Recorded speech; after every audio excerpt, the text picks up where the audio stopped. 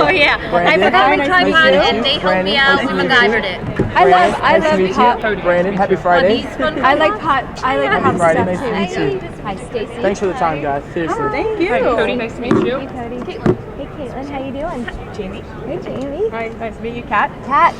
I have 2 friends named Kat. It's like a common name now. Yeah, it's crazy. Yeah. And so, like, when I say something about Kat, somebody says, "Which one?"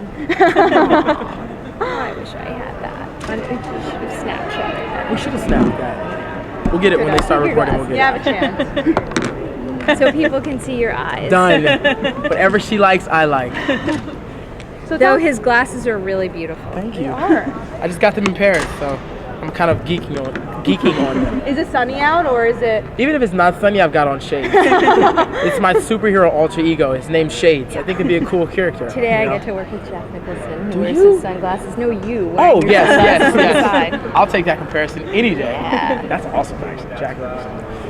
Hi, guys. Hi. So you guys have seen the show, right? Yes. No. Most of us. Okay. We've seen it. Yeah, we saw it. So 2 of us have. Oh, I have. and you Yep, have 2. 3 of us have seen the Awesome. show. I ducked out a little bit early right before the Q&A started. I had press earlier, so I was... It's okay. You guys are busy, okay?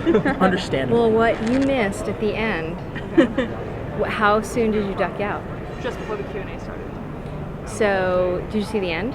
Of the Show? pilot? Yeah. Yeah. I Oh, watched the pilot. perfect. We don't mind that you weren't there to hear us At talk all. because we're talking to you now. Exactly. You have the time. So, what did the audience reaction? How was that? Like just to watch it in front of. The audience reaction was electric. I mean, all the laughs at the right moments. You know, I think the audience went on an emotional roller coaster, which is what we want the audience around the world to experience. Highs, lows, colors, diversity. And this show truly is that. It's a superhero show with a lot of color, with badass vigilantes led by Taylor and Eliza. And I think the audience really felt that millennial feel that this show brings, really relevant, addressing some of the issues of sexual assault and you know, any kind of really social injustice. I Yeah. think as we get deeper into the series, you know, our lens broadens, you know, and certainly Harris brings it up. Brandon's character brings it up in the first episode when he talks about how nobody cares that, you know, his friends are getting jumped on campus and they're not even looking into it. And I think that, you know, the wish fulfillment, which is classic superhero, you know, give power to the powerless, is an archetype we're really playing with. I actually was thinking about that as I was watching because I very obviously saw the comic book parallels, but I also picked up on a bit of like the rape revenge horror movie, like I Spit on Your Grave and that kind of thing. Was that an influence in there, or was that just me picking up on something different? I think, you know, I don't think Jen's ever seen those movies. I certainly have. But I will say that the social underpinnings of the show, Jen's original conception was always about this real empowerment and taking matters into your own hands, and the bad guys were bad guys. But as we explored it in the development process, she really found what was personal about the story and what Jules and Ophelia were fighting for and what they were fighting against. And that's when I think it really all locked in. I mean, we certainly talked about it a lot, even when Harris first came in to meet us. yeah, you know, I think in this Brandon. It's life has blurred. become Harris I've now. become Harris. There's well, no because Brandon. it was about your character. right. In You know, real we were life. talking about Harris, and we were looking for what was true for Brandon to really infuse it with that texture and reality.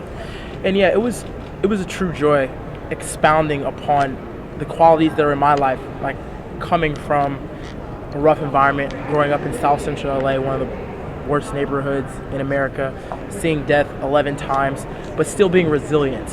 And I think that quality is ever present in Harris, which is that resilience, that humanitarian aspect that says, and the same thing that I say, which is the law of relativity. Any situation that happens, there's a relative reason. So let's not be reactive, let's be proactive. And I think you see very proactive, strong-willed, colorful, three-dimensional characters consistently throughout the entire sociology of this particular project, Sweet Vicious. And it really becomes a world of its own. And I think that's the exciting part, is as a viewer, you feel some of your own realities being woven into it, as well as being exposed to things that you would never imagine, and you find ways as a viewer to cope with it and find your voice. I think that each of the voices in this show, from Eliza's to Taylor's to my voice to Nick's voice, represent a unique voice of the world. Do you feel like this has like a comic book vibe to it? Do you think comic book fans will really enjoy this, and what do you think they would enjoy I mean, about I it? hope so. I think, look, in the best of genre storytelling, it always has a layer underneath it of truth, or the things that we relate to, or the things we're frightened of, or the things that are not getting played out in a zeitgeist way. And I think those are the traditions that we're certainly playing off of, you know? So I hope so, because we love those movies and TV shows.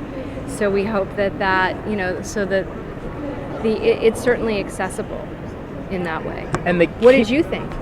I thought so. I mean, it had a very much kick-ass vibe in a way. And that was but- by conception. Yeah, it is really cool, but it feels different in a lot of ways too, which I really like about it. It feels very original, and you said at the panel, like it has like it has that college story that I don't think any TV show really has right now. No. And an interesting thing about that, actually, our friends at MTV and our executive, Mina Lefebvre, in the original pilot, we were further down in their lives, and there was a flashback. And MTV bought the spec script that Jen wrote that I developed with her, and they said, "We love it. Can we make the entire show set in the flashback? We're interested in the origin story of the superheroes." And so what was maybe, a third of, we used to keep flashing back to how they met, became the origin series. So we really know where we're going because we started there. And this, it just gave us a much stronger foundation from a character and thematic standpoint. That's awesome. Can't Yeah. wait. Yeah. Thank you. It's very cool. Well, you guys spreading the word will allow people to actually know that it exists, so that will help us get there to knowing where it's going. And we appreciate, you guys taking the time to Talk to view us. this project and talk to us. It's exciting. Off of that, what would you say, because superhero shows, that's kind of one of the hottest things right now, and so they're popping up on all these different places. So what would you say sets this particular series aside, and why should people be giving, the time and tuning into this one over something, more established? What makes this one, unique, the voice you're giving it? Well, it is not. It's a superhero homage. Okay, so it's genre mashing. So it is unique. It's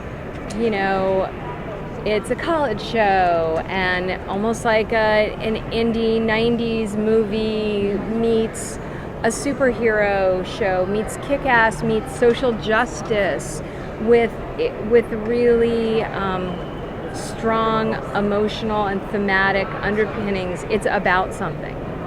And that's not to say any of the other shows are not about something, and I, cannot wait until The Walking Dead is back on the air, and I watch The Flash and Arrow with my kids, and so it's just different.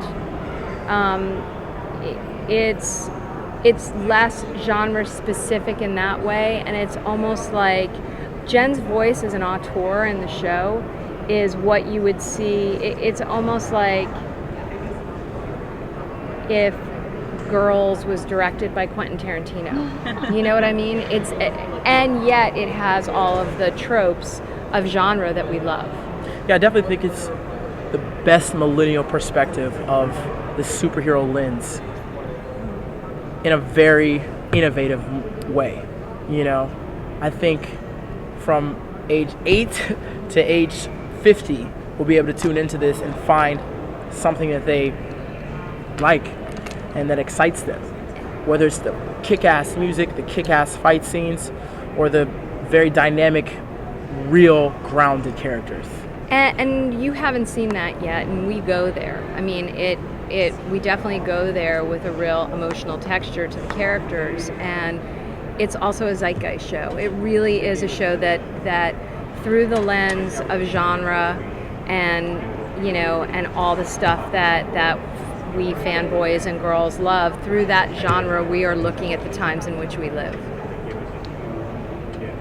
I don't know if that answers your question. Oh, yeah. I know they gave us the 1 minute, so just for fans who aren't aware, can you just tell us just briefly about your character so we can kind of give them that bit? Definitely. Harris is the humanitarian. He's the Obama of Sweet Vicious. He comes from a very rough background, single mother, and he's really trying to make a name for himself. This means the world to him. He's got the weight of his family on his shoulders. He's got the weight of the world on his shoulders, and I think he handles it with poise and elegance. He's very much so, you know, a intellectual. He takes his studies very seriously, but he's a real guy. He loves Taylor's character. He loves, you know, being there for her, and he wants the best for her. So I think in that pursuit of finding what's best, he also has to deal with the reality. And as the reality becomes much more wild and much more crazy, he has to really find who he is. So I think consistently you have Harris, this guy who's straight edge, but also very cool and very down to earth. He's still trying to figure out, who am I and why am I here? And I think that question is evolving throughout the series, and you answer that question towards the latter half of the series, and you see the relationships with him and Taylor really become much more than just a friendship. It's, you know, it's family. You know, it's love, and it's thrilling. Thank you very much. Thank you, guys.